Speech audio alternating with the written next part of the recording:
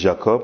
Je suis directeur des exportations chez Nantou Mining. Je suis marié, père de 2 enfants. Je suis logisticien de formation. Depuis bientôt 10 ans, je suis chez Nantou Mining. D'abord comme responsable des opérations d'exportation et vers la fin le directeur du département même en question, des exportations.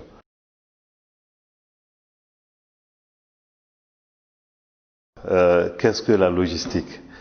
Alors, il est vraiment difficile de donner une définition qui pourrait clairement expliquer ce que c'est que la logistique, parce que simplement la logistique, on la retrouve partout. On la retrouve dans tous les domaines. Mais nous pouvons quand même expliquer l'esprit de la logistique. La logistique consiste en fait à la minimisation des coûts et à l'optimisation du profit. Tel est le but principal de la logistique.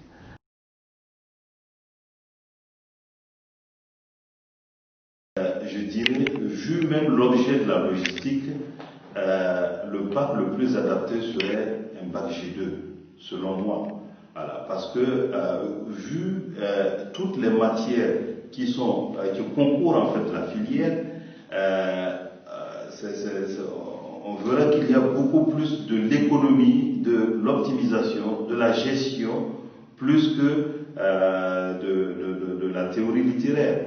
Voilà. Donc également il y a de la mathématique, mais la mathématique en fait c'est une mathématique utilisée en fait pour atteindre bien sûr certains résultats. Voilà. C'est la logique mathématique en fait qui est exploitée. Voilà. Sinon un bac G2 est mieux adapté. Un bac D pourrait également faire de la logistique parce que il y a beaucoup de calculs et pas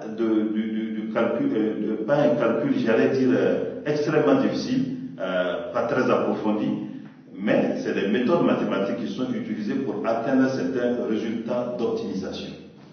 Donc un bac G2 semble être le bac le plus adapté à faire de la logistique. Mais sinon, un bac A fait bien la logistique. Voilà. Et moi, j'ai un bac A.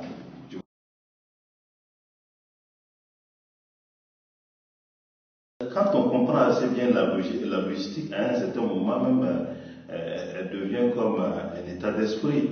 Voilà. Elle devient comme un état d'esprit qui vous conduit à toujours choisir la solution la plus optimale. Donc ça, c'est des éléments, en fait, c'est une attitude que l'on devrait avoir. Pour moi, le logisticien, c'est celui-là, en fait, qui sait faire un discernement. Et une fois qu'on a, bien sûr, l'attitude logistique, on ne peut qu'être rationnel sur tout ce que l'on fait.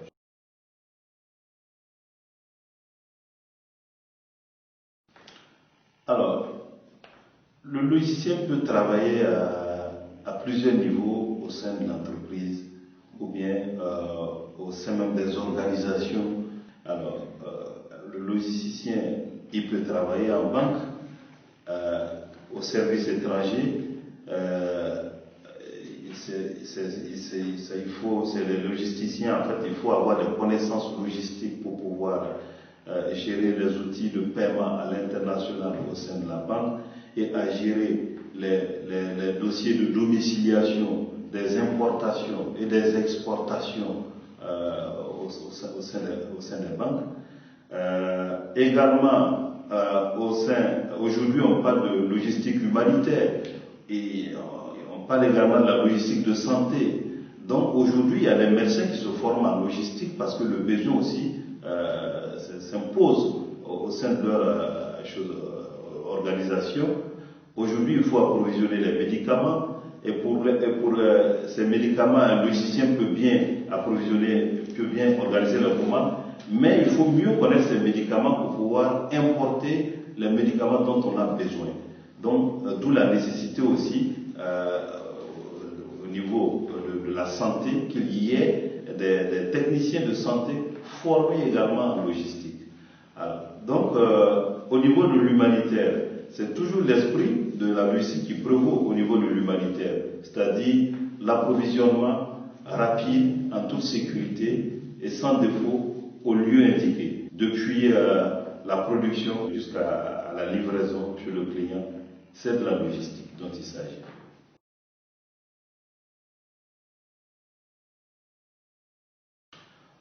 Plan de carrière, j'allais dire beaucoup plus au niveau des diplômes peut-être. Il va certainement sortir d'abord comme technicien supérieur avec son BTS.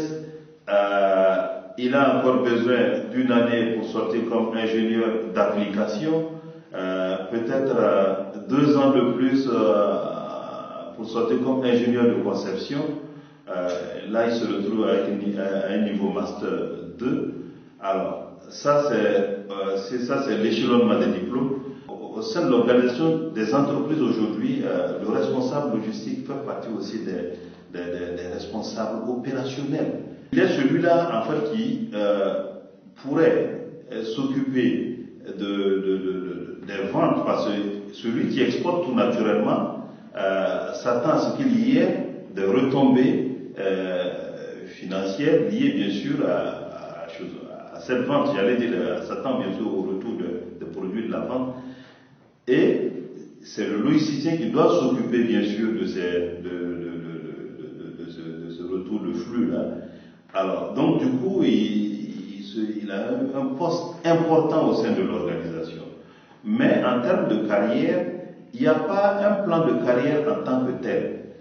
Il faut pouvoir s'intégrer au sein de l'entreprise comme tout le monde. Mais ensuite, avec son expérience, le logisticien pourra également gravir les mêmes échelons que tous les autres.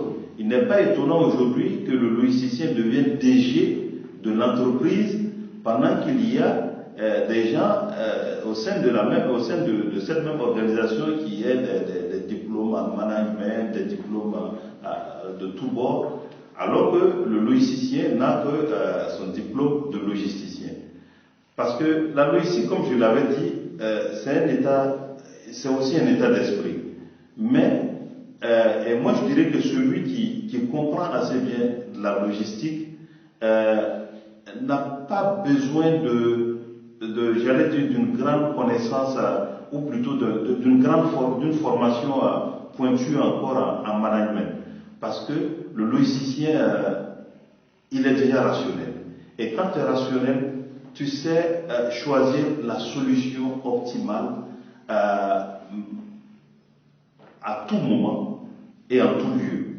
Et ça te permet de manager toujours ton personnel, de manager, de pouvoir prendre les bonnes décisions et de pouvoir atteindre tes résultats et tes objectifs.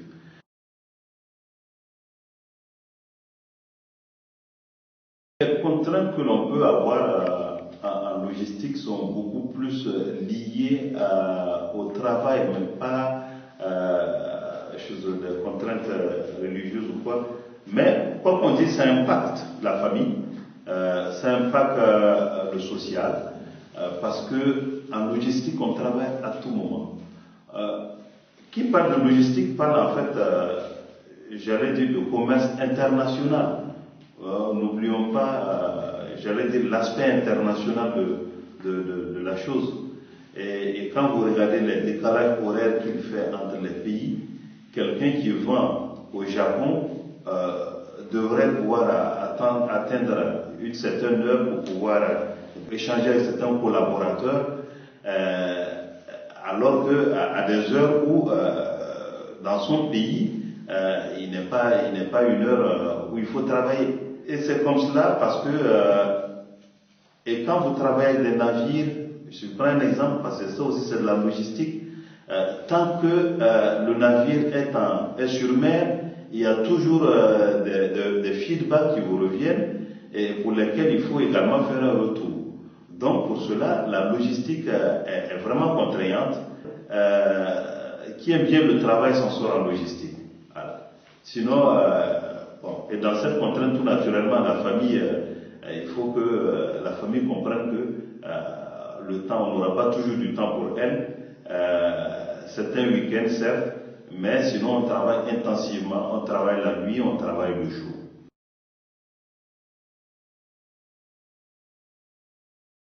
Oui, les logiciels sont concurrencés par certains travailleurs dans le domaine des finances. Comme je l'avais si bien dit au début, le plus souvent, avec un bac G2, on s'en sort bien en logistique parce que ça s'assimile à de l'économie, parce que c'est des méthodes économiques qui sont utilisées pour pouvoir atteindre certains résultats au niveau de la logistique. C'est de l'optimisation.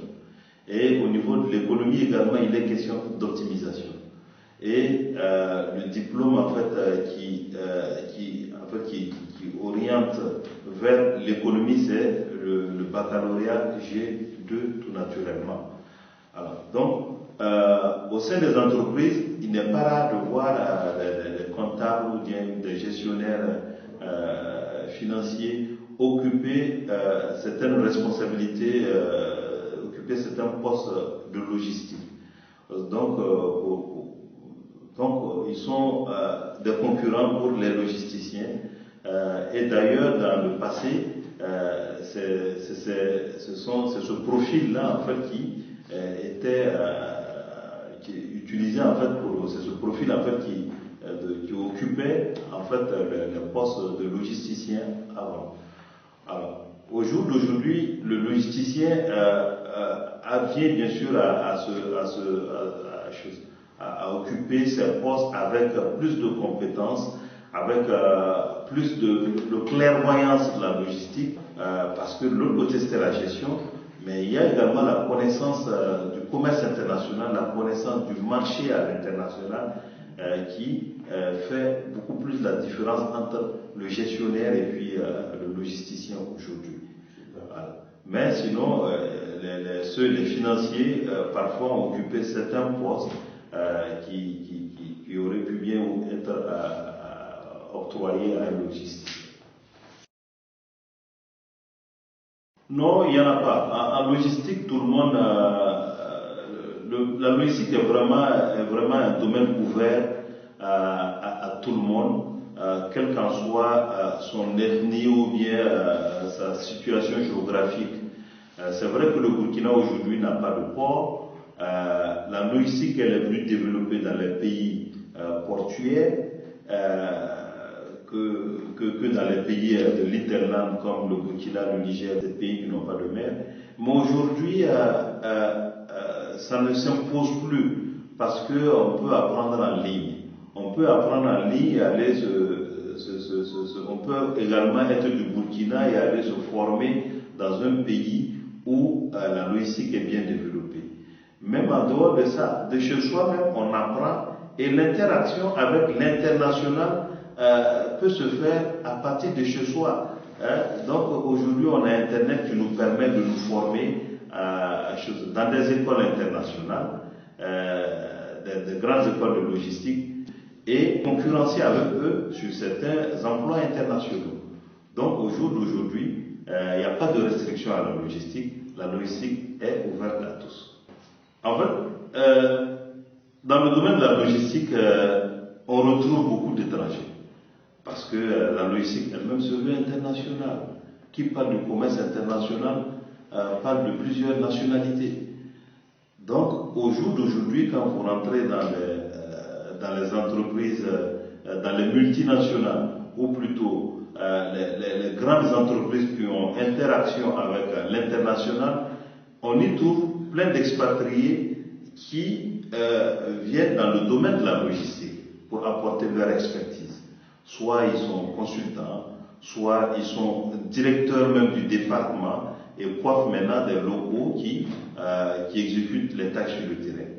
Donc, pour dire que on a du pain sur la planche, on a de la compétence, mais il y a encore du travail à faire.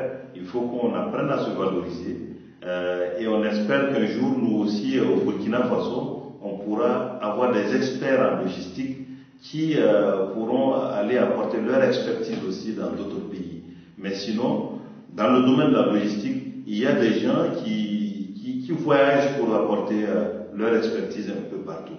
Parce que la logistique, elle est vraiment dynamique et pour peu que l'on puisse apporter des solutions innovantes, des solutions qui optimisent, alors vous êtes pris en compte. On trouve des Canadiens dans le domaine de la logistique qui apportent bien sûr, parce que les Canadiens, ouais, la logistique est très développée dans le domaine des mines. Et les Canadiens, les mines, c'est aussi leur domaine, donc tout naturellement la logistique liée aux mines, aux achats, à l'approvisionnement, aux importations, on trouve beaucoup de Canadiens dans ce domaine-là et qui apportent leur expertise.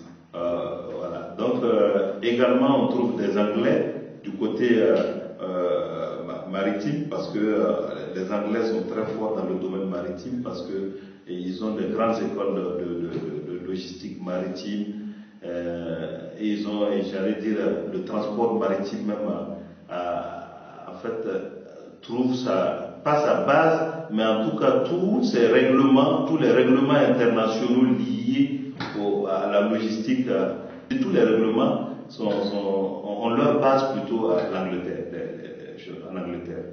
Donc les Anglais aussi en matière de logistique sont très forts et ils apportent leur expertise un peu partout. Oui, il ne faut pas trop s'attarder sur la question du paiement. Parce que les entreprises aujourd'hui se focalisent beaucoup plus sur le résultat. Et quand tu es jeune étudiant, ou plutôt quand vous sortez des écoles de formation, la première des choses qui devrait vous intéresser, c'est la connaissance pratique. Comment est-ce que je devrais bien apprendre sur le terrain pour ne pas décevoir celui-là qui va m'employer pour la première fois. Et le plus souvent d'ailleurs, celui-là qui est conscient, il a réellement, j'allais dire, cette peur, la peur de ne pas réussir lorsqu'on t'embauche. Tu te dis que tu apprends tout théoriquement et vers la fin toi-même tu te demandes comment est-ce qu'en entreprise on peut appliquer tout ça. Alors, notez que le diplôme n'est que indicatif. C'est juste, ça prouve votre aptitude à pouvoir gérer certaines situations liées au domaine parce que vous connaissez la théorie de la chose. Mais sinon, sur le terrain, c'est tout autre. Mais cependant, il faut plutôt travailler à obtenir la confiance de ces patrons, de ceux-là qui vous ont fait confiance et qui ont voulu que vous fassiez le travail. Alors, donc pour cela, les stages ne sont pas toujours rémunérés. Les stages ne sont pas toujours rémunérés. Et moi, j'ai eu un stage rémunéré, mais je n'y attendais pas. J'ai eu aussi des stages non rémunérés. Mais on s'est battu pour obtenir ces stages-là. Aujourd'hui, obtenir un stage est vraiment difficile. Et donc, subordonner encore ce stage par la condition de paiement voudrait dire que vous n'allez jamais faire de stage. Parce que quand vous partez pour un stage, on ne vous dira jamais vous serez payé à tel franc. Parfois, il y a bien sûr des entreprises qui ont un plan pour des stagiaires, mais elles ne sont pas nombreuses ces entreprises-là. Il y en a qui n'en ont pas, c'est sur le terrain, dû à votre dynamisme, dû à votre apport, malgré votre statut de stagiaire, que vers la fin, on décide bien sûr de vous concéder quelque chose. Alors, mais il n'y a pas de rémunération en tant que telle. Mais au jour d'aujourd'hui, ceux-là, les entreprises qui rémunèrent quand même, en termes de stage, donnent quelque chose de l'ordre de 50 à 60 000 francs environ. Alors, maintenant sur le terrain, embaucher directement, après bien sûr 6 mois d'expérience ou une année, on vous prend avec le bac plus 2. Tout dépend des organisations. Nous, on a commencé à travailler à ce niveau, c'est-à-dire avec un bac plus 2, avec 155 000, et ça correspondait bien sûr, à la grille de la convention collective des transports.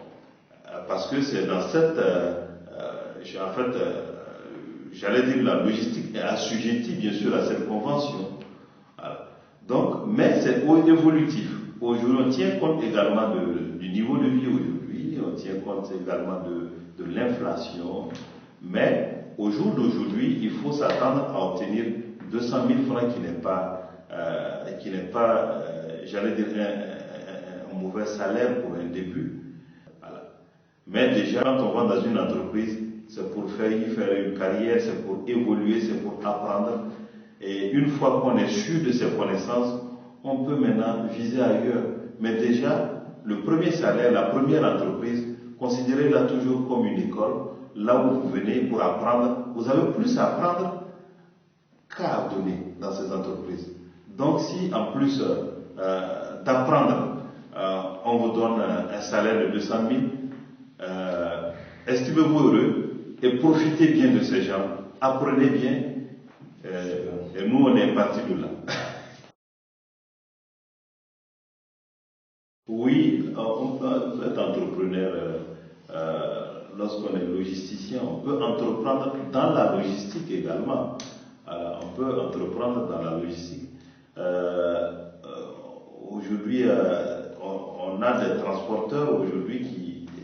Le transport fait partie bien sûr de la logistique. J'allais dire le transport de marchandises. Beaucoup font du transport de marchandises, mais c'est une pratique, j'allais dire, sur le tas, alors que celui-là qui a étudié la théorie de la chose et qui a les moyens de pratiquer cela, fera ça avec beaucoup plus de transparence, de clairvoyance, j'allais dire. Donc, on peut entreprendre dans la logistique. Le logisticien a des concurrents. Il a des concurrents au niveau des finances.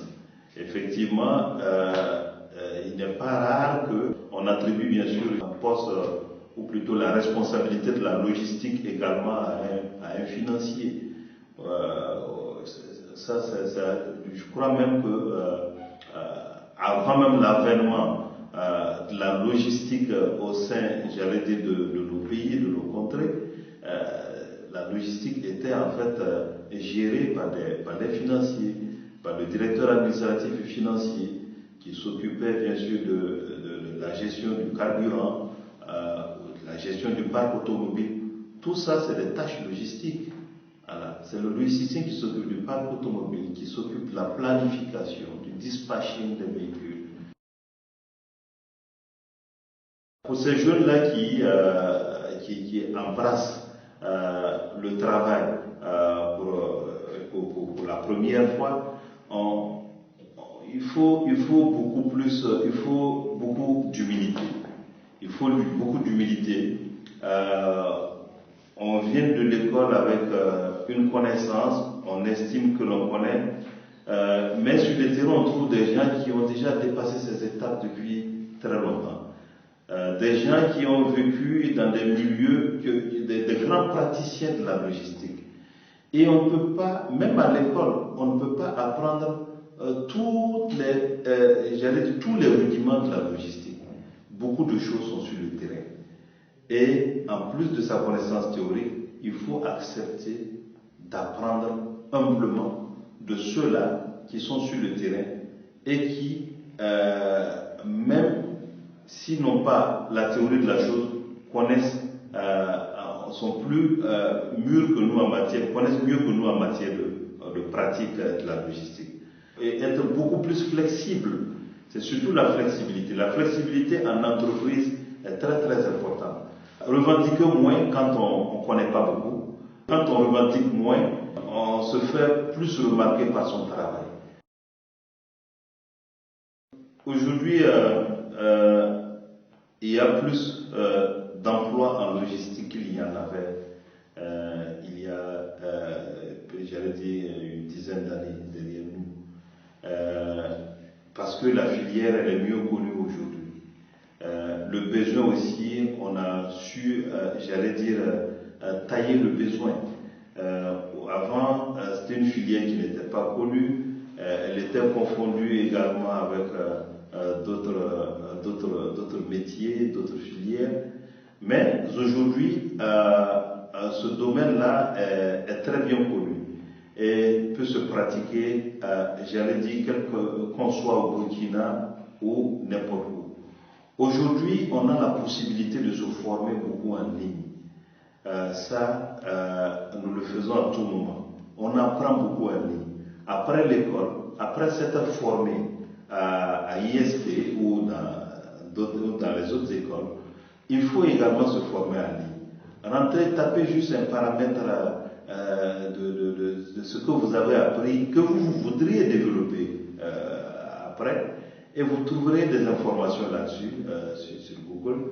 Vous mènerez des recherches, vous allez apprendre encore plus.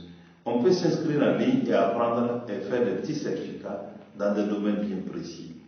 Également, on peut se faire, j'allais dire, on peut également trouver, il n'y a pas que dans la logistique, dans les sociétés de logistique que l'on peut trouver du travail. Parce qu'il y a beaucoup aujourd'hui qui ont des diplômes de logistique, mais ne savent même pas où aller demander un stage, parce qu'ils se disent qu'ils ne savent pas que la logistique peut se faire partout. Alors, allez-y dans toutes les entreprises. Aujourd'hui, il y a des tâches aujourd'hui qui sont effectuées quelque part, qui sont des tâches logistiques, et celui-là même qui les effectue n'est pas logisticien, mais en fait, on ne sait pas que c'est des travaux logistiques. Allez-y au sein des entreprises, essayez de comprendre ce qu'ils font et demandez vos stages.